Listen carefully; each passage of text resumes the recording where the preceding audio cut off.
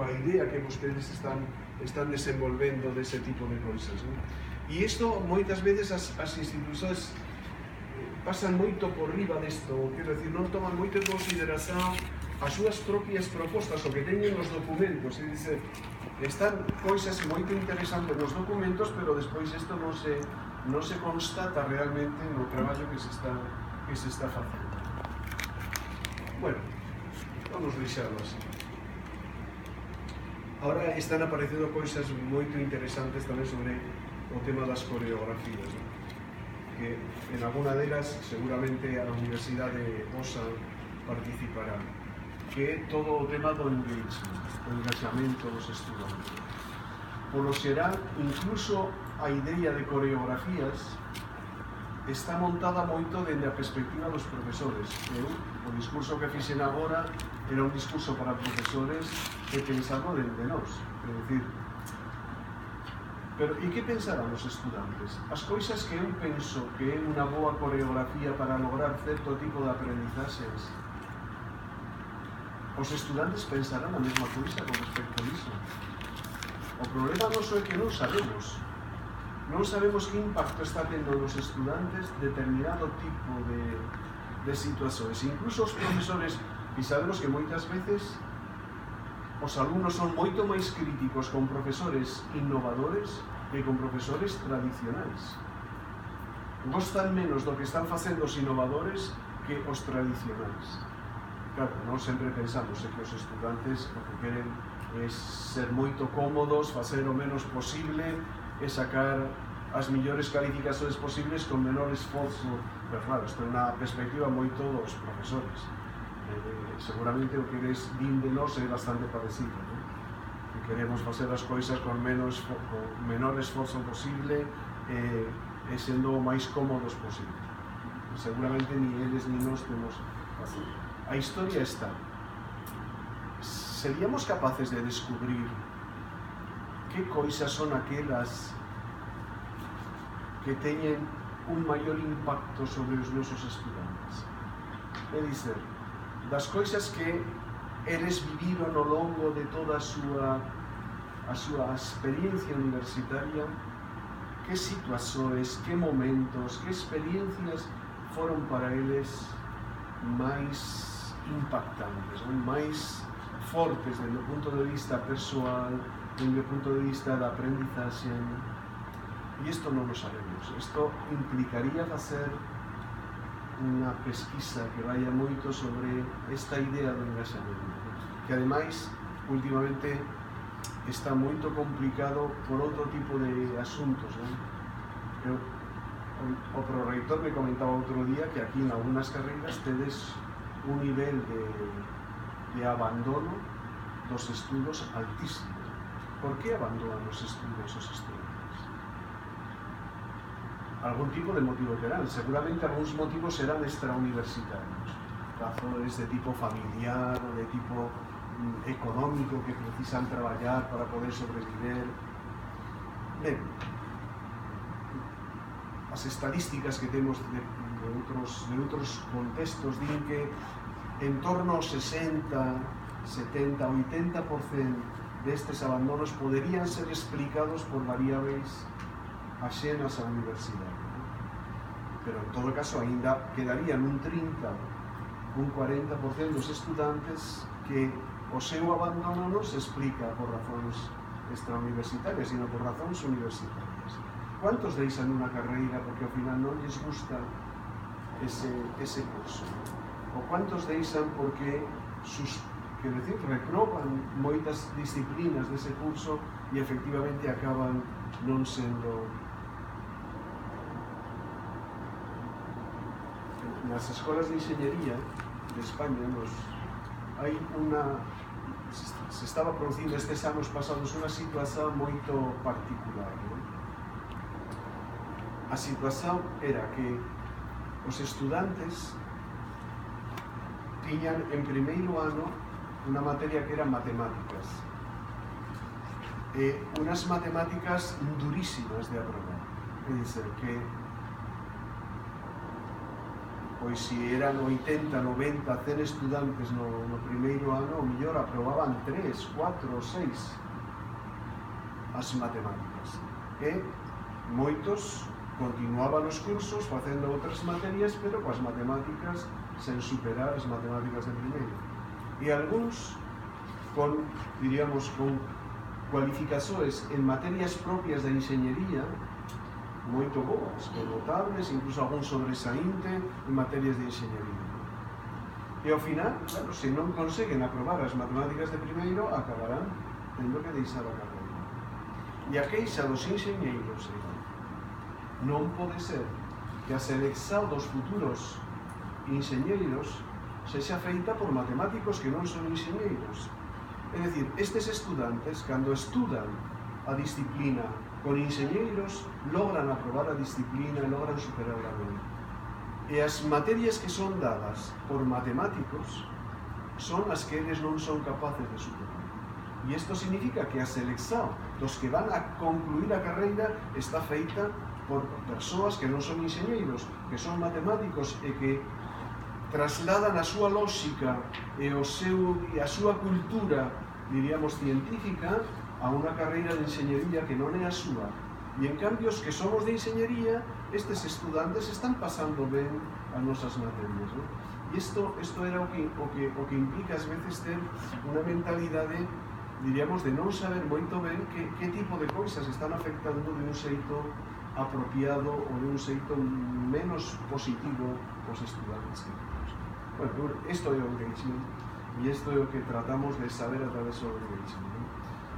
Cada un de nós se pensa na súa propia como fixo a carreira e como fixo o seu curso de especialización e tal, sempre encontrará con profesores que lle aportaron máis e outros que lle deron menos, non?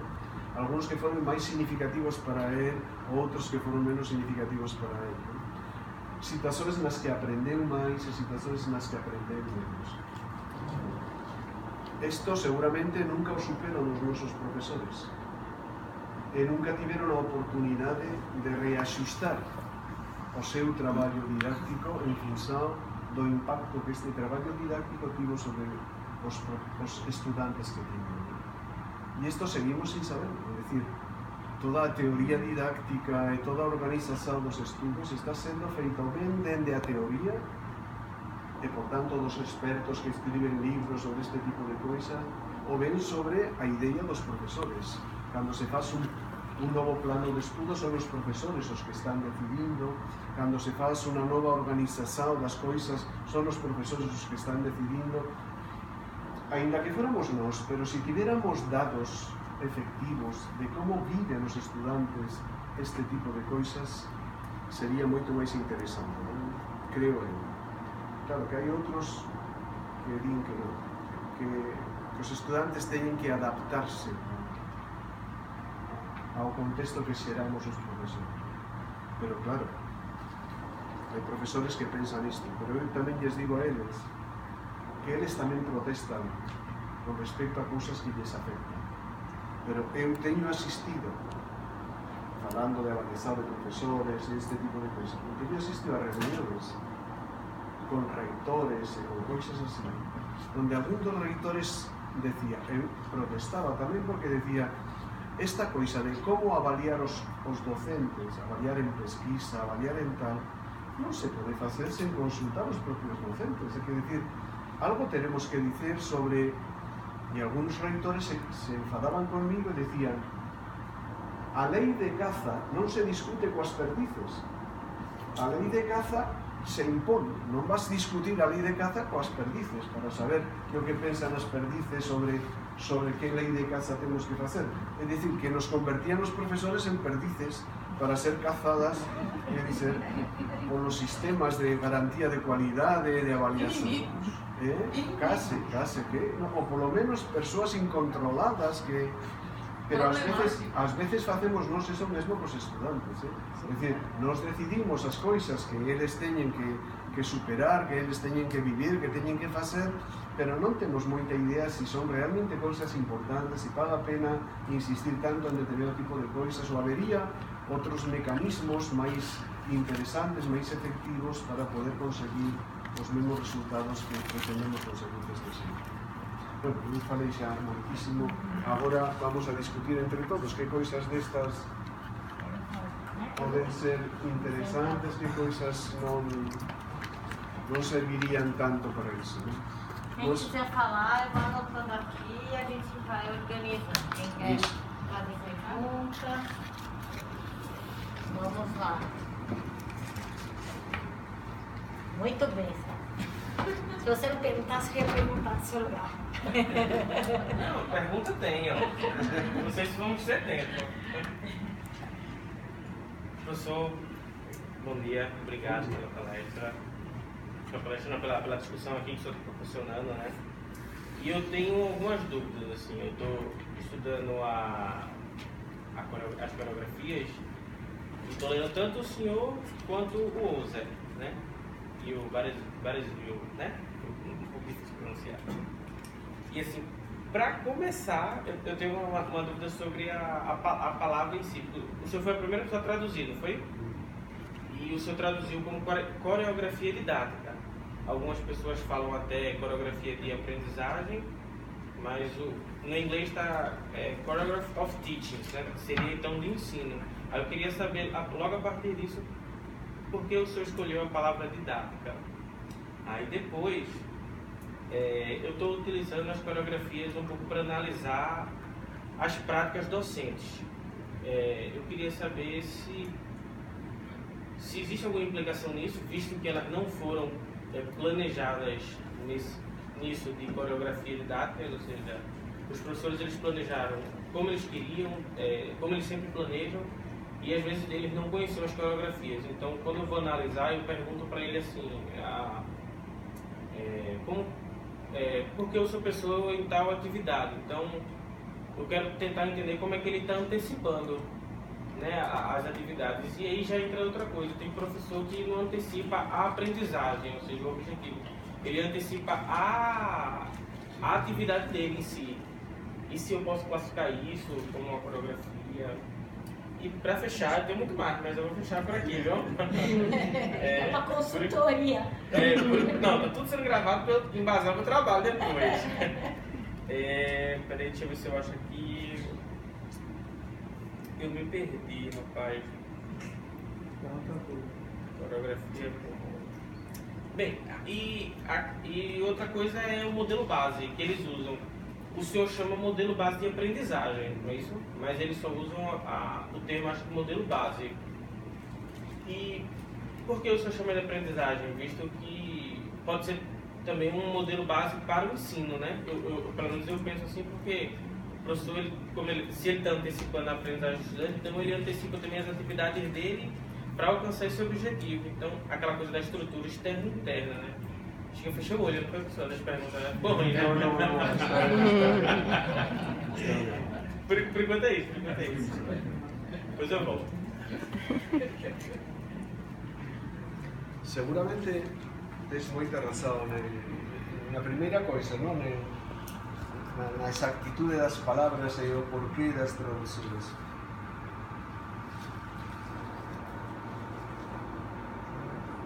Non, penso eu que eu di moita importancia a poñer didácticas, nin pensei que isto podería alterar, nin creo que eles, cando falan algúns de coreografías o teaching e outros o learning, estén facendo con eso unha distinción moito clara. No fondo,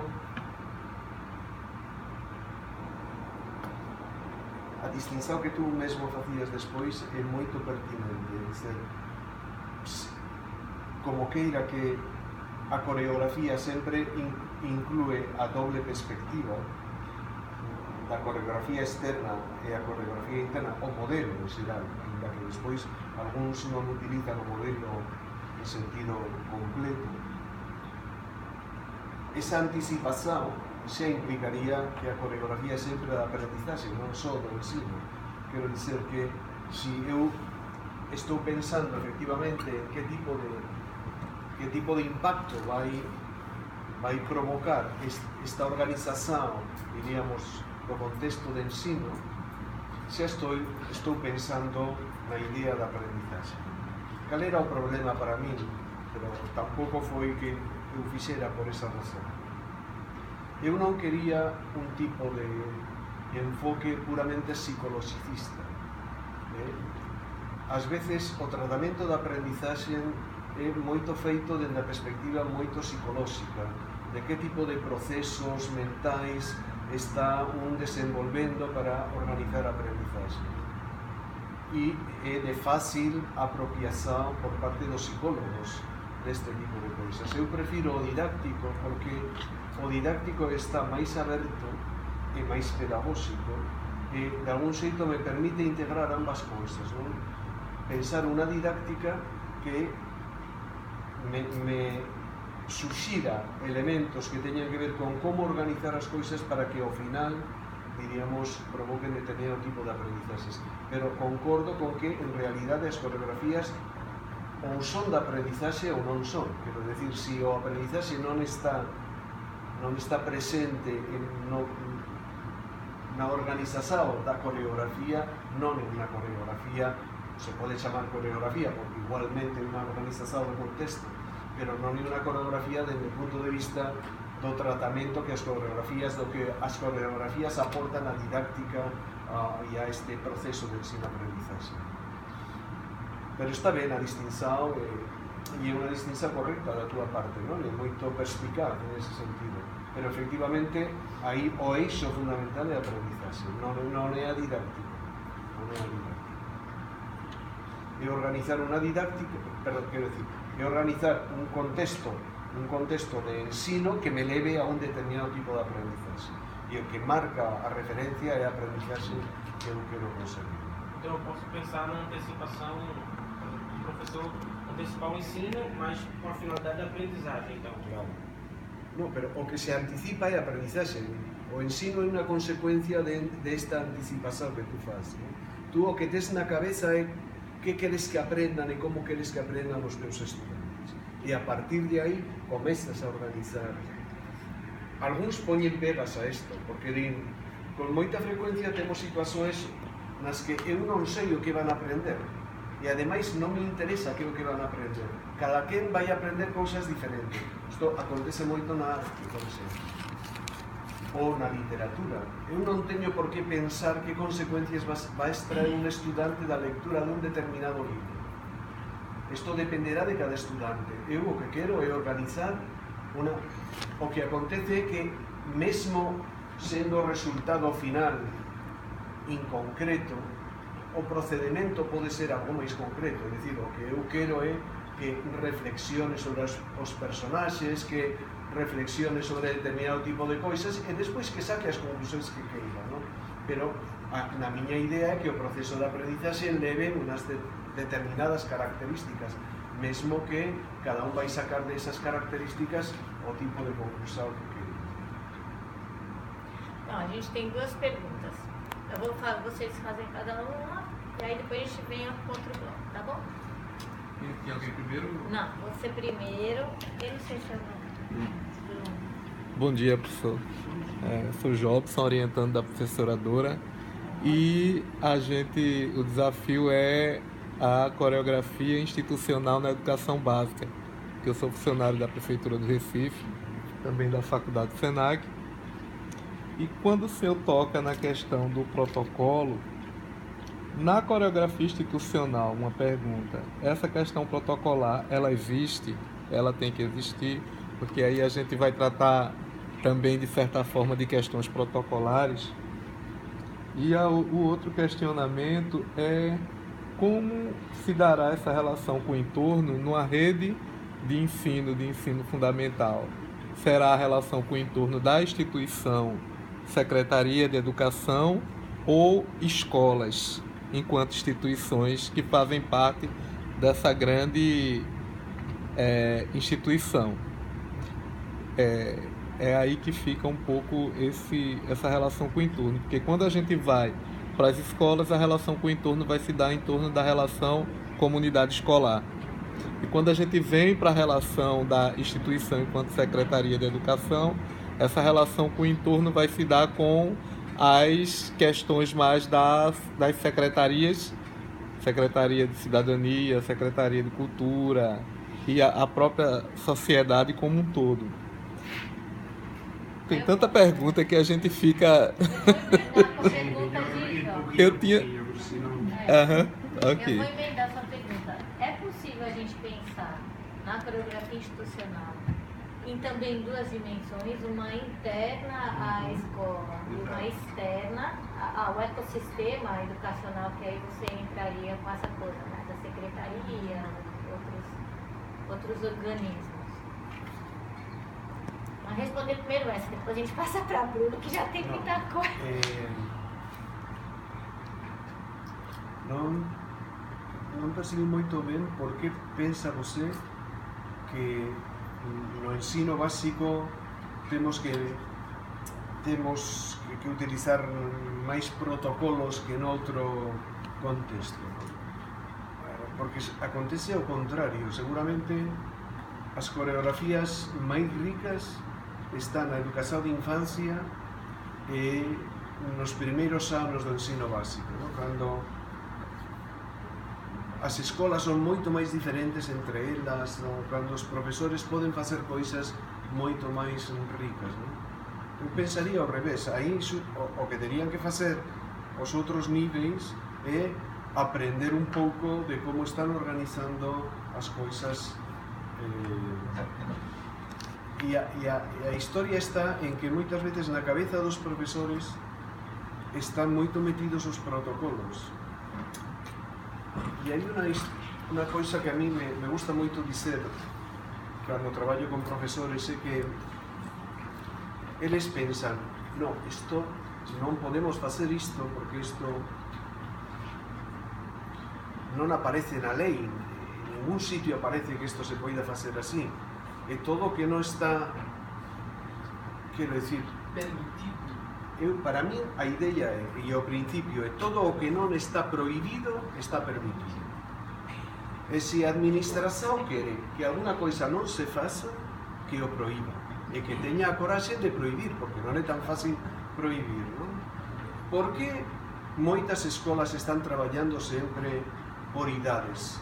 As crianzas de 5 anos nunha turma, as de 6 nunha turma, as de 7 noutra turma, porque non se fai unha mezcla de estudantes de distintas idades. Pero isto non está permitido. Está prohibido en algún lugar? Pois se non está prohibido, por que vocês non intentan, non experimentan a ver se efectivamente outro tipo de modelo pode ser feito, non?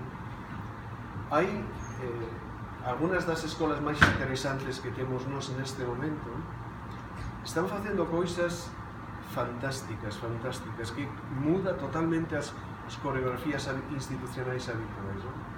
Por poñeros un exemplo, chegan as crianzas de 3 a 5 anos, chegan as crianzas pola mañá ao colexio, entran ás 9 da mañá, ali madrugamos moito menos que vocês, que ás 7 da mañá están xa as crianzas na escola. Ás 9 da mañá chegan á escola. Cada unha ten a súa clase e vai a súa clase, non? E está na clase mentras se quita a roupa, se pon o cobertor que teñan que levar dentro do colexio, non sei que, 10 minutos.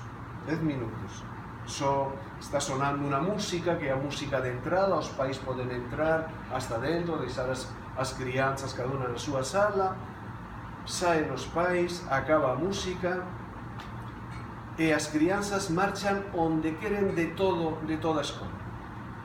Son 3 clases por cada idade, é dizer, son 3 anos por 3 clases, fan 9 salas diferentes, máis todo o hall central, cada unha está organizada con coisas diferentes, nunas son actividades con papel, noutras son actividades montessorianas, noutras actividades de ciencias, noutras informática, noutras arte, outras non sei que, cada crianza escolle onde vai pasar o tempo de escola. Por tanto, a profesora da clase saluda a todos ao inicio, despois, algunhas veces, xa non ve en toda a mañá a ninguna das súas crianzas que andan por aí con outros profesores, e ela ten a outros que veñen a súa clase, a traballar na súa clase, non sei que. Claro, isto algúns profesores digo, isto é imposible, debe ser unha cousa de locura ter 150 crianzas de 3 a 5 anos movéndose por todo o espazo. Oi, pois unha coreografía tan absolutamente diferente de ter as crianzas sentadiñas na súa cadeira facendo as fichas, non? Estas están libres, facendo o que gustan, aprendendo moitísimo, traballando cada unha en unha actividade, traballando sobre proxectos, facendo cousas diferentes, non? Nada de protocolizado nese sentido, non? E, por tanto, con moita liberdade de como traballar as cousas, non? Primeira cuestión. E segunda cuestión, esta que sinala de administración educativa e das escolas. Eu penso que as coreografías son moito máis útiles falando da propia escola, falando da propia escola. Cada escola como unha unidade que ten identidade propia. Isto tamén gañamos nos nas últimas reformas desde os anos 80 en España que veu unha reforma educativa moito interesante, e esta reforma unha das cousas que tiña era que tamén se fala aquí, porque foi unha coisa a nivel mundial, non? Da autonomía das escolas. Autonomía das escolas. Que significa autonomía das escolas? Pois autonomía das escolas significa que antes as escolas eran simplemente o locus, un lugar onde se facía educación, a mesma educación que se facía noutras escolas, non? Eu poño moito o exemplo dos bancos. Os bancos teñen sucursais, pero as sucursais non teñen identidade propia. As sucursais son lugares que o banco ten en distintas, pero unha sucursal non pode dar intereses diferentes que dá o banco, nem pode facer políticas, diríamos, de captación de clientes e de cousas destas diferentes do banco. Dá o mesmo que tú vayas a unha sucursal que vayas a outra, porque todas están facendo a mesma coisa. Son simplemente lugares onde o banco está de alguna maneira diversificado, pero facendo sempre a mesma coisa, porque a unidade é o banco como tal banco, non? E as sucursais son simplemente, pois non sei, unha parte, diríamos, diseminada, distintos polos que ten o banco. Pero as escolas, eso eran antes. E, por tanto, un profesor que estaba ensinando matemáticas nunha escola, se mudaba de escola, se trocaba de escola, facía mesmo o traballo. As matemáticas do mesmo xeito, porque, no fondo, estas matemáticas que eu ensino están en tal ano, e, por tanto, o que teño que ensinar son matemáticas que é a mesma coisa, cicais co mesmo libro de texto que utilizaba no outro lugar. Pero falar de autonomía das escolas muda totalmente isto, porque o que se di cada escola ten identidade propia. Identidade propia significa que eu estou traballando con un tipo de estudantes que son diferentes dos da outra escola, con un tipo de familias que é diferente da outra escola. Por tanto, teño que, en un entorno, en un medio ambiente que é distinto da outra escola.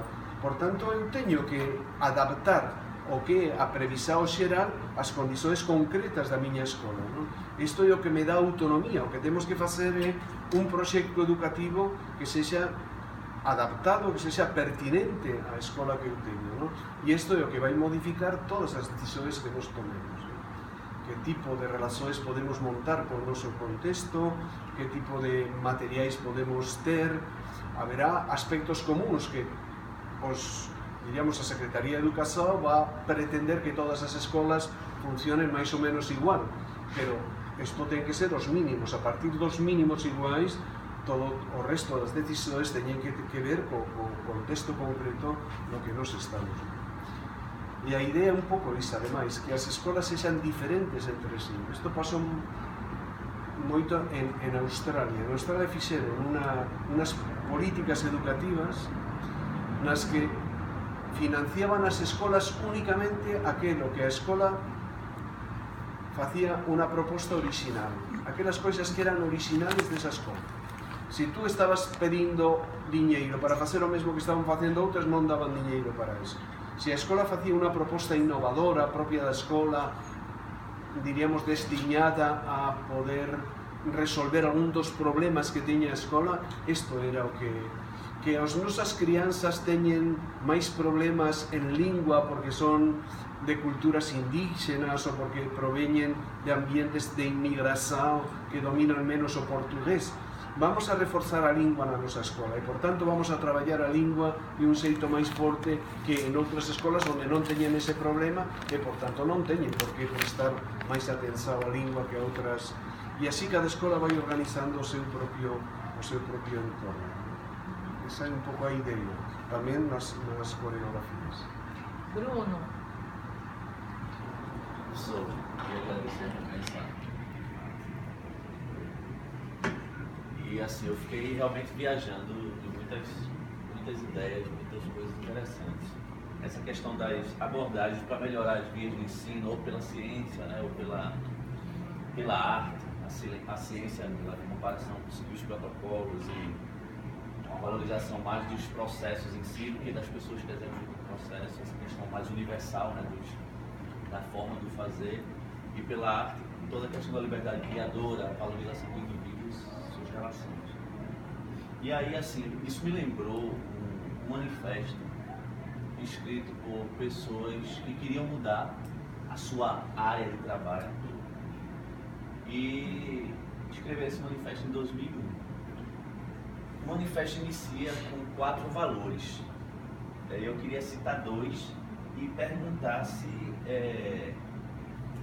o senhor enxerga alguma relação com essa questão daí. Por exemplo, o manifesto diz que passamos a valorizar, a ideia, a partir de agora nós queremos passar a valorizar mais, passamos a valorizar, né, indivíduos e interações entre eles, mais do que processos e ferramentas. Passamos a valorizar responder a mudanças mais do que seguir um plano fixo. Eu queria saber se é possível, assim, enxergar as relações. Eu concordo tamén con iso. Sí que vexo moita relación.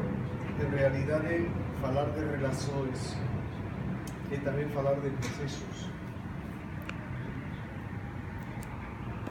Entendo que o que queren dizer é que procesos rígidos, ¿sí?, que son os modelos tecnolóxicos que van, tecnolóxicos non porque utilicen aparatos, sino por lo que son os modelos tecnolóxicos en educación, que son modelos que, diríamos, parten de esa previsión de que si nos estamos en A, na situación A, e queremos chegar a situación C, temos que facer B. Ese é un modelo tecnolóxico. Un define os procesos que van levarte de A a C. Si esta definición dos procesos é moito rígida, como sucedía pois nos modelos máis conductistas ou nos modelos máis directivos nesa conducción, máis protocolizados, efectivamente, isto ás veces dá seguridade poder contar con ese tipo de cousas, ¿no? Pero en definitiva, os vos profesores creo que normalmente tenden máis a procesos máis abertos, que lles dé a eles máis ámbito de intervención, ¿no? Porque, como decía antes, os procesos moito protocolizados teñen de bo eso, que a diferencia entre os axentes non se nota tanto no proceso, non interven tanto como elemento no proceso. Por exemplo, na xudicatura preténdese que este moito protocolizada para que a sentencia non dependa moito do xuiz que me toque, sino que a coisa dependa de que a tal crime este previsto tal tipo de castigo, non que me castiguen máis ou me castiguen menos en función do xuiz que eu teña diante, non? Esta é a protocolización, e ás veces en algúns sistemas educativos protocolizar é bom. Se teñen creado currículos a proba de profesores, igual que xoguetes a proba de crianzas. Quere dicer que por moito que os tiren, que os maltraten, que non sei que, o xoguete non se rompa, pois hai currículos a proba de profesores. Si me toca diríamos, traballar con profesores pouco formados, que non están ben preparados, que non teñen moita experiencia, que non sei que pese a eso o currículo funcione ben, porque os materiais están moito especificados, non sabe que é o que ten que ir facendo, e dices, ese tipo de cousas, non? E pasa o mesmo cos médicos, incluso que para médicos non moito especialistas ante determinado tipo de situacións, diríamos, graves, estén en condiciones de poder sacar adiante porque utilizan un protocolo que xa se sabe si esta persoa ven con este tipo de circunstancias, seguro que teño que facer inmediatamente facer este tipo de cousas, ¿no?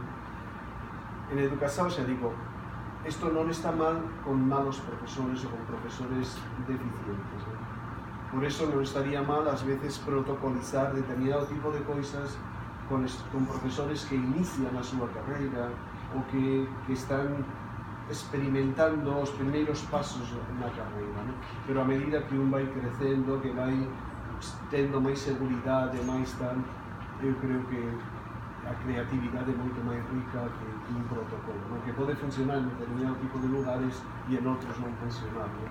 O con certo tipo de estudantes mellor e con outros non debe funcionar.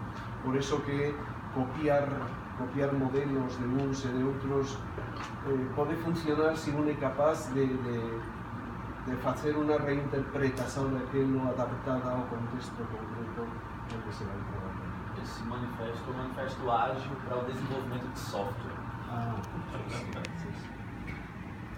Pois aí tamén están moito protocolizadas as coisas, non? Non son que un aplica procedimentos. Sí, está ben isto da creatividade tamén nisso. E eu creo que está faltando un pouco de innovación dentro dese ámbito, non? Os informes internacionais que están saindo sobre as aportacións das novas tecnoloxías á aprendizaxe están sendo moito pobres. Os datos non están apoiando moito o uso das tecnoloxías, seguramente porque son moito rígidas todavía, moito fundamentadas en modelos psicolóxicos xa superados, moito conductistas en algunas cousas, non lo sei. Calculo que isto irá millorando co tempo e que teremos cada vez, a medida que, claro, que as novas xerações que xa son moito máis nativos digitais estén podendo facer aportacións nisto, non? Porque agora, se as aportacións se esperan de profesores que o único que saben é subir textos a internet e facer este tipo de cousas, eso é moito pobre do punto de vista do que aporta, non? Marcos. Em primeiro lugar, agradecer muito para a iniciativa, traz a pausa para a gente, né? Quando a gente vai para a Espanha, passa um tempão na casa del Libro e a gente meio que se apropria de vários autores espanhóis, né? A área de docência, didática. E eu estudei muito Saturnino de la Torre, que é um espanhol que trabalha com estratégia didática. Está possível. Ele criou um modelo multidimensional e eu vejo muita aderência com coreografia didática. A gente estuda o modelo que ele desenvolveu e hoje eu tenho estudado muito estratégia didática, a questão da engenharia mesmo, do professor desenhar uma estratégia.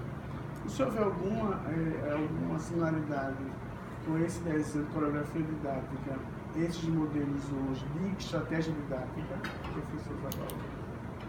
Saturnino, que era un bo amigo, él traballaba sobre creatividade, así que ten moito que ver, claro, con este tipo de cousas. El non chegou a coñecer este tema das coreografías porque seguramente estaría entusiasmado de poder meterse nisso, ¿no? O que acontece é que determinado tipo de modelos, cando se formaliza moito a coisa, é complicado de aplicar a outros elementos, ¿no? Sobre todo se estes outros elementos, como son as coreografías, non son fáciles de modelizar, ¿no? Parte dos problemas que temos, das críticas que se fan ao modelo das coreografías, é como isto non está modelizado, como non se di A más B igual a C e non sei que, non sei quanto que apareza dentro dun modelo, porque é bastante complicado. Porque, claro, se tú estás falando de que un dos modelos base é o desenvolvimento persoal, é dicir, coreografías que levan ao desenvolvimento persoal no ensino, tú dices, e isto como reproduce? Seguramente os matemáticos serían capaces de organizar unha cosa, pero non serviría de nada, porque como organizar unha carreira que en lugar de estar pensando en que tens que ter determinado tipo de coñecementos ao final, o que están pensando é que tens que chegar a un determinado nivel de madurez persoal, ¿no? O teu nivel de crítica, o teu nivel de capacidade de improvisación, de toma de decisões, de asumir responsabilidades, de non sei que, de non sei cuánto, isto como modelizas.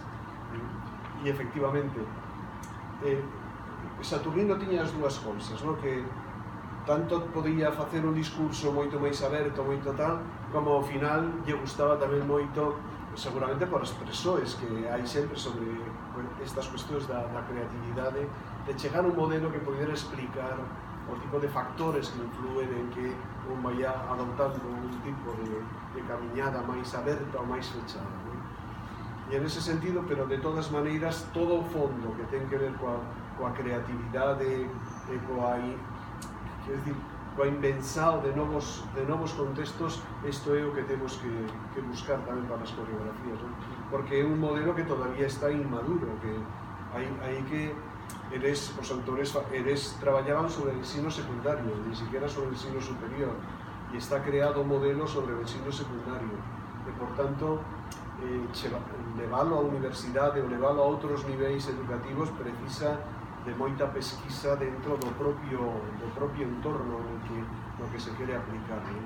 Non sabemos moito ben que tipo de experiencias son estas máis fortes que dicía, e como é que isto podemos leválo a poder integrar dentro de seguramente outros modelos base, outro tipo de organización.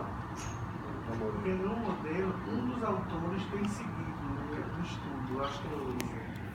Um responde para mim mesmo. Sim. O outro não responde. O ser esta maior trabalha xa menos.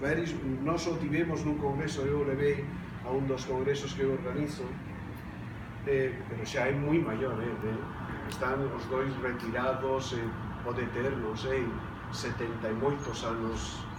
O ser é o que non respondía moito, alguna vez non respondeu tamén, pero el personalmente me dixo que tiñan deixado xa ese tema e que estaban outras coisas neste momento. Non respondeu para mí quando te falou de que estaba moito interesante eso, que estaba facendo coisas sobre isso. Chegou a mandar até um texto mais atual, né? Sim. Porque eu tenho orientando que está investigando coreografias didáticas em aulas práticas de laboratório no ensino de biologia. E a gente tem visto algumas particularidades, porque as aulas práticas hoje na universidade elas são muito sem despertar no aluno a criticidade, a criatividade. Ele segue um protocolo, um roteiro e não leva o aluno a pensar.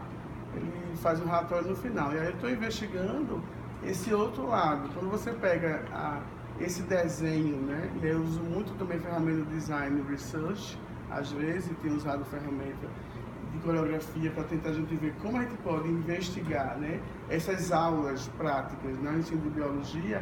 E aí a gente tem visto que a coreografia pode ajudar o professor a desenhar essas aulas de forma diferente, né?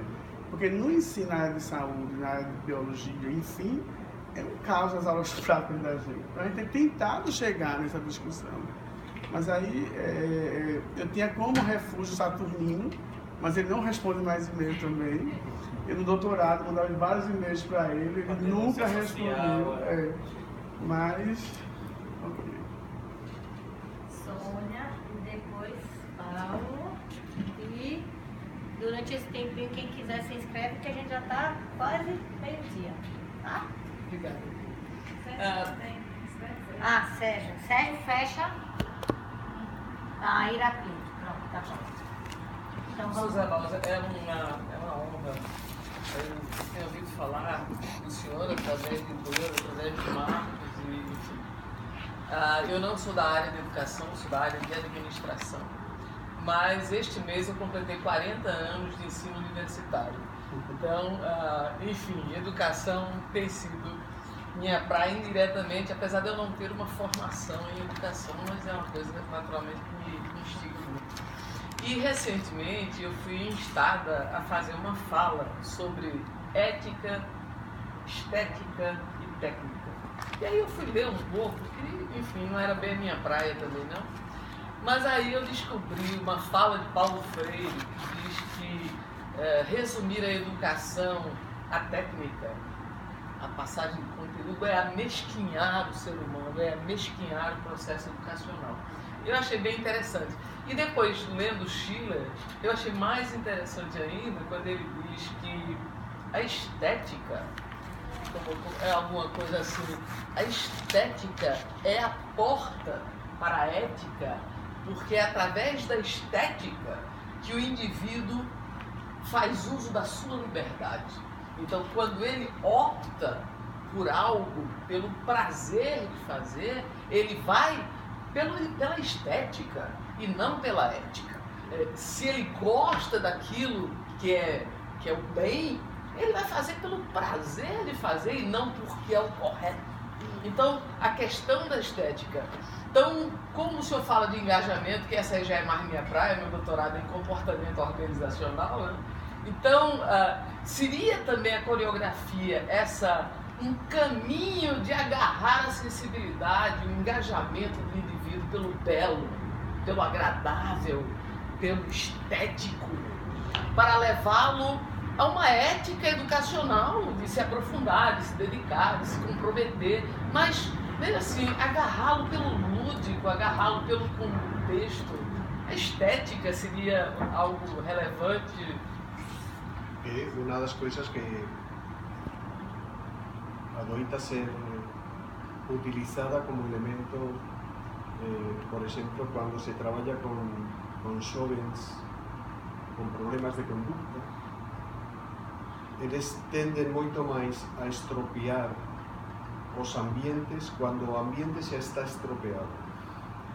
En cambio, si eles entran num contexto de ambientes estéticos, ben conservados, isto, diríamos, produce máis a tendencia a mantelos, a entendelo como unha riqueza que un ten que manter, que un ten que organizar, ¿no?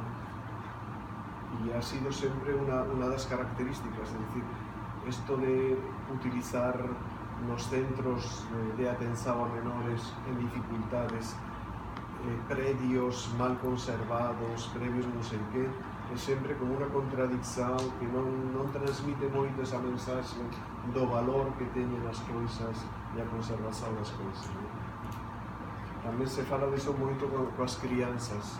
As crianzas en un contexto ben organizado acaban elas mesmas sendo máis organizadas e máis defensoras do que significa ese entorno. Sí, pero ese tipo de coisas son moito importantes. Non sei tanto se a estética nos leva a ética, pode ser que sí. Moitos dos pintores famosos non foron moi éticos, pero eso pasa con todos. Tampouco parte dos científicos foron demasiado éticos, en fin, non sei. Pode ser que sí. Eu preferiría ter un contexto estético que outra coisa diferente. Paulo, depois eu vou botar a Cleide, deixo o Sérgio para fechar, tá? Não, claro, você é coordenador do programa. Sim, fechar amanhã, né? Paulo. Obrigado pela sua fala. No início, você começou falando sobre os espaços poderem ser configuráveis e tal. Existe algum modelo que está sendo aplicado na universidade, no seu atua, ou pela Espanha, ou na Europa, que esteja já trabalhando com essa reconfiguração dos espaços para o professor do ensino superior? Xa te decía, nós, por exemplo, unha das accións máis importantes que tivemos para reorganizar a proposta curricular foi o cambio de espazos, que levou moito costo este tipo de cousas, non?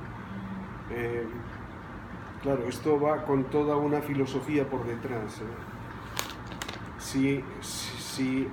Quero dicir, se o eixo fundamental da nova didáctica vai ser a aprendizaxe, non tanto o ensino, sino a aprendizaxe, e sendo que a aprendizaxe é unha actividade individual dos suxeitos, para o profesor poder, diríamos, intervir sobre a aprendizaxe, ten que ter un tipo de intervención moito próxima aos suxeitos individuais, porque é o suxeito individual que está configurando, diríamos, o seu proceso de aprendizaxe, que está chegando a unha aprendizaxe determinada. Que pasa se isto facemos unha leitura dende os espazos? Se eu teño un espazo grande con un grupo moito grande, isto é adaptado para un modelo organizado da perspectiva do ensino. Eu ensino. O ensino está máis focado sobre a comunicación. Eu podo comunicar a un conxunto moito amplo de persoas, non importa tanto, pero claro, eu non sei que pasa pola cabeza de cada unha desas persoas coas cousas que eu estou dicindo. E, por tanto, podo facer a miña clase para 80 persoas que me están escoitando, que supoño que me están entendendo, supoño que están decodificando ben as cousas que eu estou dicindo, pero todo isto supoño. Se a miña tarefa é constatar evidencias de que isto é así, de que me están entendendo ben, de que están procesando ben mentalmente as cousas que estou dicindo, non podo ter 80, porque eu non chego a 80. É dicir, unha coisa é falar a masas e outra coisa é saber como está pensando cada suxeito. E, por tanto, nos dicíamos, o proceso de ensino ten que ser un proceso que vaya aproximándome cada vez máis ao suxeito individual. E isto ten unha proyección directa sobre a organización dos grupos de ensino. Eu podo ter un grupo máis grande onde o meu traballo principal sexa a exposición, dotarlles de inputs informativos, explicativos, etc. Teño que ter outros momentos de traballo en grupo, de xeito tal que eu teña posibilidade de analizar máis no próximo como están pensando, como están discutindo, como debaten os temas que aquí están aparecendo, e teño que ter un terceiro momento todavía máis próximo, que son as titorías de traballo individual cos suxeitos para saber efectivamente que dificultades teñen, que coisas están entendendo mellor, que coisas non están entendendo ben, e se eu podo axudar a eles. A veces, como o número de persoas é moito grande, este último momento non pode ser individual, e ten que ser en grupiños de 5, de 7 ou de 10. E por iso, que significou isto desde o punto de vista dos espazos?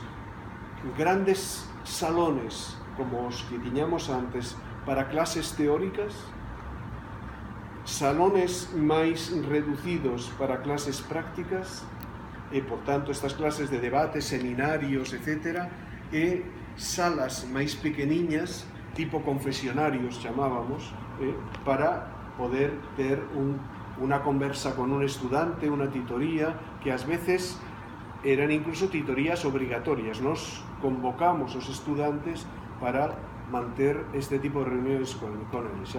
Xa digo, se un ten moitos estudantes non pode facelo individualmente porque levaría moito tempo, e o faz con grupiños de 5, de 4, onde vas e de alguna maneira discutes con eles, a ver que dificultades teñen, que coisas dentro dos temas que vas traballando se entenden mellor, que coisas non se entenden tan ben, etc.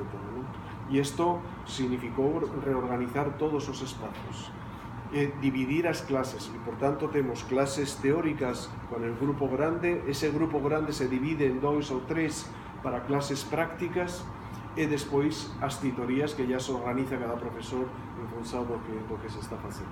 Non sei se o vosso esquema é similar ou non é similar, pero en moitos países nos estamos traballando un pouco así.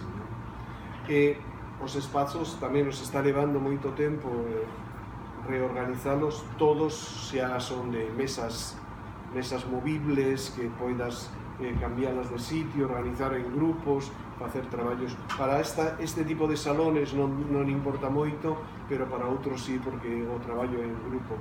E isto levou tamén a cambiar os tempos. tiñamos en algunos centros tempos de 50 minutos, pero claro, se eu teño que traballar, por exemplo, nestes grupos de traballo en grupos, etc., teño que facer unha clase que non é expositiva, non me sirven os 50 minutos, e por eso pasamos a módulos de 1 hora e media, 1 hora e pico, 1 hora e media. Os máis habituais son hora e media de clase, non? Que me dé tempo a poder explicar algo, despois poñer a traballar os estudantes, despois que eles fagan a súa alguna intervención, é dicir, que me permita unha coreografía un pouco máis diversa que esta de estar explicando sempre o traballo. Muito bem. Irafleide. Professor, estou super feliz de estar aqui por conhecer. Já tem algum tempo que eu tinha essa vontade e agradeço muito, né, a Dora, especialmente, por ter convidado. Muito obrigada por ter vindo. Eu venho desenvolvendo trabalhos no curso de Engenharia Civil e a minha pergunta está voltada a coreografias institucionais. Então, dentro do curso, e aí na fala de muitos aqui, e na sua especialmente, o senhor fala sobre a questão da criatividade, da inovação e dos processos mentais. E isso no curso de Engenharia Civil. Então, a pergunta que eu faço é a seguinte: quais as características, ou se existem características que são fundamentais à coreografia institucional no ensino superior que possa provocar mudanças, impactos na coreografia didática? Existem características na coreografia institucional que possamos identificá-las como sendo fundamentais? Sí. Mais ou menos as mesmas que se poderían aplicar aos profesores individuais, engadidas outras que solo son, é dicir, organización dos tempos, organización dos espazos, consignas, si es eso que chamábamos cultura, si existe algún tipo de interpretación do que é a cultura desa institución, non? A cultura, no fondo, é o pensamento compartillado polos profesores sobre que significa aprender. Se queres identificar cal é a cultura dunha institución, tens que facer entrevistas a profesores, a unha mostraxe de profesores sobre cal é o seu pensamento respecto á formación, non? A aprendizaxe. Que implica aprender? Eles, cando enfocan o aprender, e ver se hai ideas comuns aí que nos propios documentos da institución, que se entende por aprender, o que se entende por formación, o que tipo de formación queren desenvolver os estudantes, non? Por tanto, cultura e documentos institucionais, currículo, e forma de organizar o currículo, de como se monta ese currículo, organización. Mira, seguramente para ver un pouco a coreografía, hay un esquema que te pueden pasar de un triángulo, el triángulo que presenté otro día en la conferencia. Un triángulo con 9 variables. Por eso, ¿no? Pero para que esa después lo identifique. No sé si estaba aquí el triángulo. Sí. Este triangulito, este triángulo identifica 9 variables. Una variable, dúas, porque una es profesor, otra relación entre profesores, una alumnos, otra relación entre alumnos, una conteúdo, relación entre conteúdos, relación profesores estudantes, relación alumnos conteúdos, relación profesores conteúdos. Y sobre esas 9 variables podrías hacer un análisis de cada coreografía institucional.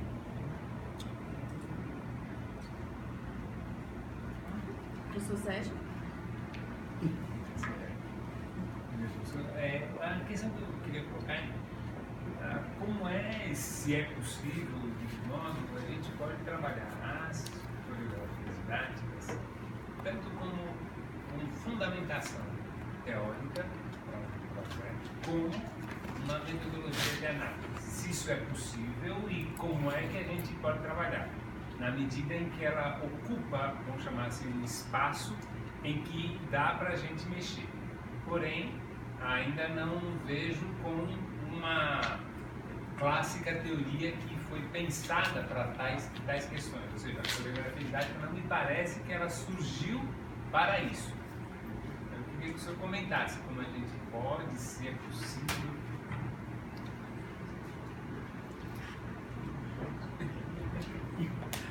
Antes discutíamos eso con auxiliadora. Efectivamente, eu podo tomar a literatura que existe sobre coreografías, na medida que vai aparecendo e vayamos tendo máis literatura ao respecto, podo tomarla como guía para ir organizando a miña propia coreografía. Pois, por exemplo, nas coreografías se falan de 11 modelos base. Os autores estes que iniciaron as coreografías falan de 11 modelos base. Un dos modelos é, por exemplo, aprendizaxe a través da experiencia. Se eu, agora mesmo, moitos dos procesos de aprendizaxe que queremos desenvolver na universidade van a través da experiencia e moitos incluen moitas prácticas externas, prácticas de diverso tipo. Se eu quixera que a miña coreografía incluíra moito destes aspectos do que son as prácticas e que os estudantes chegaran a aprender a través da práctica, como podería montar mi sistema de traballo? É dicir, collo un modelo de coreográfico, por decirlo de alguna maneira, e trato de adaptarlo a miña situación. Como podería eu, coa miña materia, non sei, biología ou calquera tipo de coisa, como podería a través de como organizar unha coreografía que levara un aprendizaxe moito feito a través da experiencia. Así, a coreografía aparece como un modelo previo que eu trato de aprender.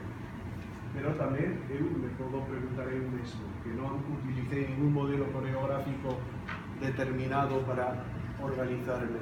Cal é en realidade a coreografía que estou empregando na miña clase, no meu traballo? E entón vou analizando as coisas que eu teño, como eu, que tipo de aprendizaxe estou querendo desenvolver nos meus estudantes, cal é a miña anticipación dese aprendizaxe, como teño montado o esquema de traballo que eu utilizo con eles e que tipo de produtos finais estou chegando. É dicir, eu podo analizarme a mí mismo como o coreógrafo da disciplina que eu estou utilizando, empregando, diríamos, os elementos que a coreografía define como elementos que forman parte do traballo que eu estou facendo.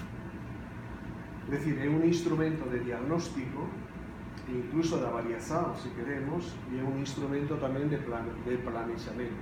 Podo utilizarlo como un material de planexamento.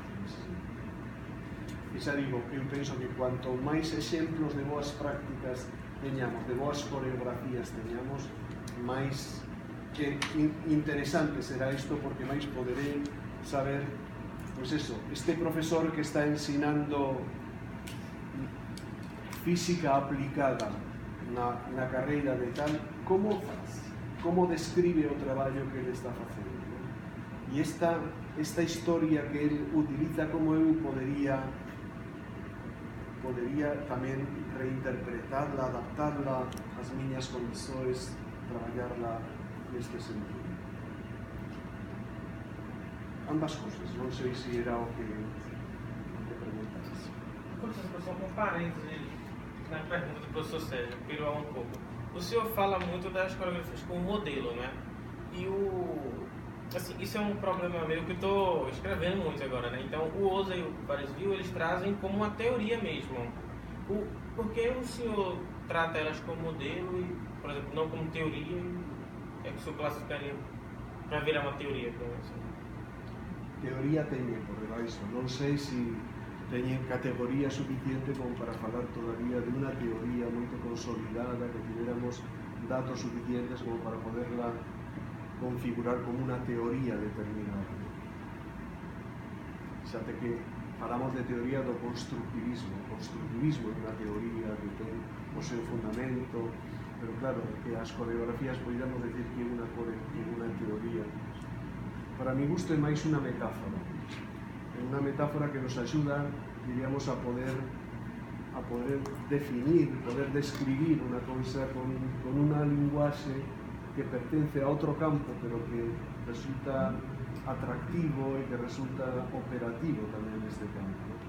Pero porque no fondo das coreografías hai diversas teorías, o constructivismo é unha delas, pero seguramente a creatividade pode ser outra que este baixo este tipo de ensino creativo, que pode ser a teoría do ensino como comunicación ou como sistema, como relación entre elementos e outro. Non sei moi ben, por tanto, se a coreografía dá como para configurar unha teoría. Nese sentido, me sinto máis cómodo falando delas como metáfora. Alguns hasta falan do paradigma, pero claro, xa irse a idea do paradigma me parece un exagero. Ok? Bom, a professora Patrícia precisou sair para resolver um problema, tá? Mas em nome dela e do programa de pós-graduação em Educação Matemática e Tecnológica, o professor Sérgio, coordenador do programa, nós gostaríamos muito de agradecer ao professor Miguel e também a vocês por terem aqui a oportunidade de tirar dúvidas, levantar questões que possam também nos esclarecer mais sobre o tema que é tão caro a nós. E, professor, dizer ao senhor que a gente pretende ser um grupo forte aqui, né, Sérgio? Exatamente. De discussão sobre as coreografias e lhe ajudar a criar, né, a aprofundar essa discussão. Teríades que invitar a Oser ou a Bares Will que viñeran algún día, antes de que morran, porque os pobres xa van maiores. Bom, sí. Então, é nóis.